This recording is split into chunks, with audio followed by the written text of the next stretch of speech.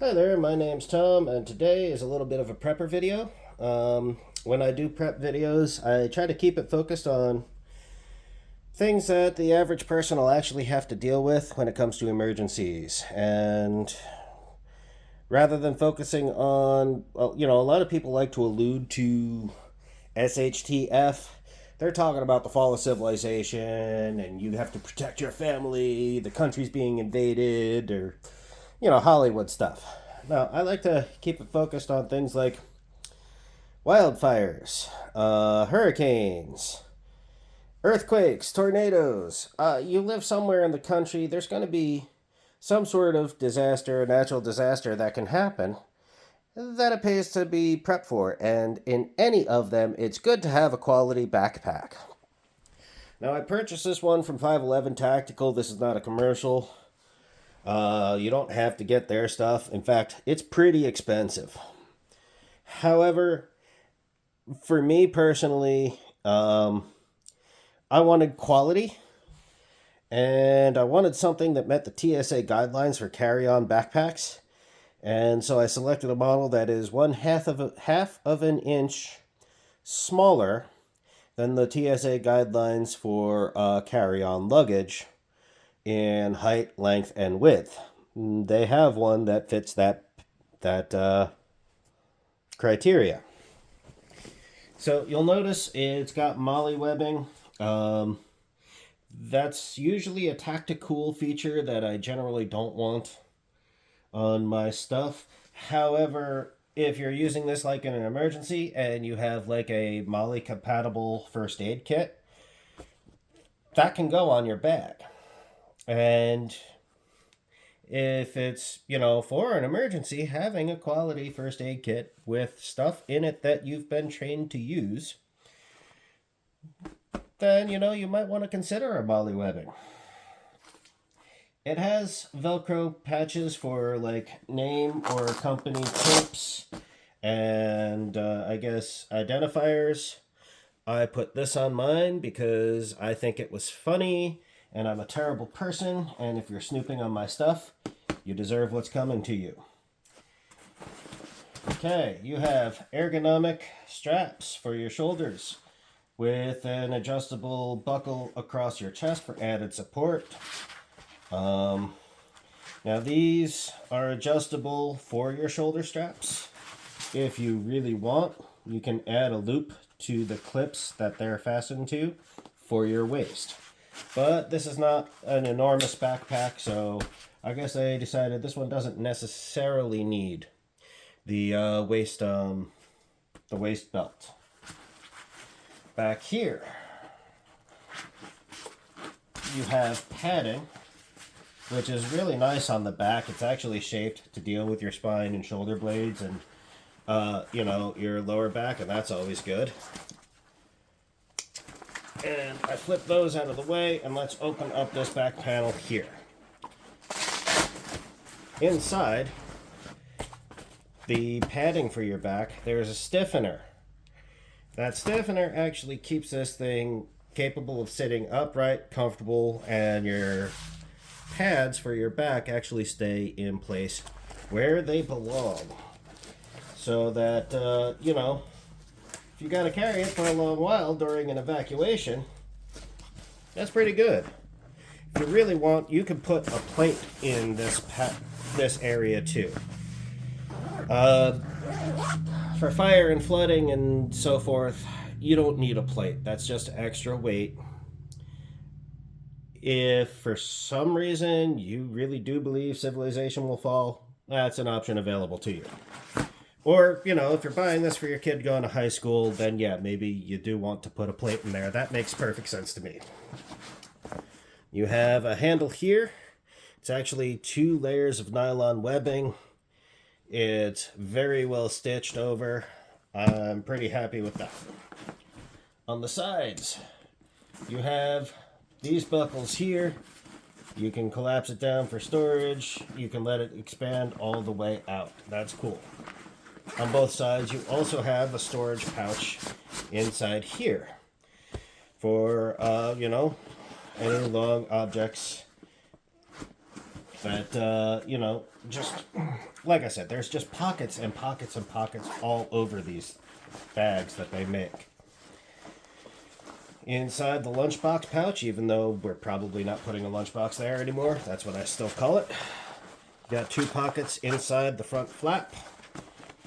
You got 2 pockets here. You got multiple narrow pockets there where you could put like pens, markers, pencils, or whatever. Got yet another pocket. And you got a large pocket.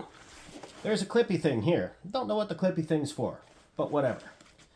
And then you've got yet another zipper pouch. So loads of organized storage. I like that. Now here's something I don't like about this bag. And they started calling it a concealed pouch, which is good. When I bought this, that is called the CCW Ready pouch. I'm very much against that idea for 2 reasons.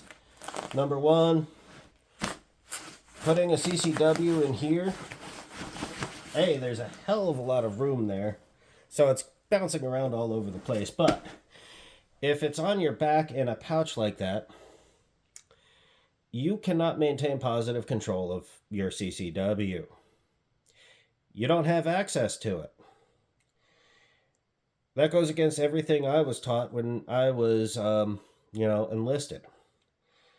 The next problem I have with that is, and this is more of coming from a family that was in a city, and this is more like, city rules and rough neighborhoods or riding the subway. Never keep anything of value in a bag on your back. Now, I don't believe anybody can actually, slice open the bottom of that with a box cutter and steal your piece, because it's several layers deep. But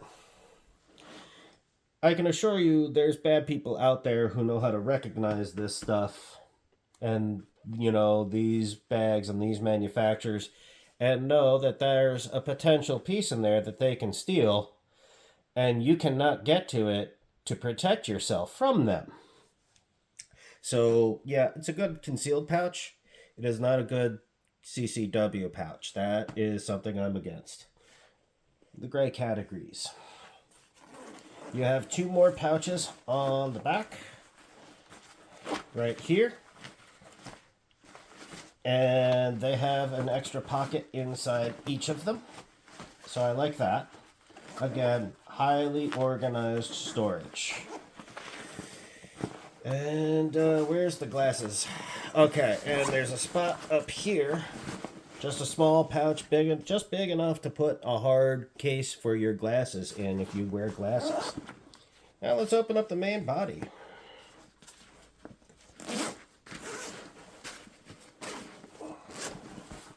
So again, tons and tons of room and storage. Got a net pouch up here, got a second net pouch up here, and then you have an enclosed zipper pocket down here. Let's see, here's that glasses case I was telling you about. Here's a strap and another pocket. I suppose you could put a plate there instead. It would hold a bigger plate. Again, I don't see a need for that. Instead, you could put a laptop there. It's definitely big enough for a laptop. I guess that might be why they have 2 flat packs like that inside this backpack. And that pretty much wraps up this entire backpack. Its construction is done very well. In a couple of years now, I have not found a single loose thread on any of the stitches. It's very well made. Last time I looked at the website, I didn't look too closely, but it looked like they stopped calling those pouches CCW and they just called them concealed pouches. And I think, yeah, that's okay, because you can conceal valuables there. And I don't believe somebody could get to that with a box cutter while you're walking along and rob you blind. But that is my primary critique with this bag. Just the CCW thing was poorly thought out in my mind from my training and my background and where I grew up. Have a quality backpack with quality storage. That is realistic prepping. And you know what? The rest of when there is no emergency, this is what I take for traveling. And if the weather report says a hurricane's coming or wildfires are coming my way, I have an excellent backpack I can use with loads of storage and the ability to put things like a first aid kit or whatever on the outside of it so I don't lose room for my toiletries and underwear and socks and all the other stuff and the medicine. You gotta bring your medicines with you. So, yeah, quality backpack. This one's by 511 Tactical. It's expensive, but very well made. Not a commercial for them. I'm sure they have competitors that do a good job too. And these are just the thoughts I have when it comes to prepping for real life, realistic emergencies. Like, share, subscribe. Let me know what you think in the comments, and have a great day.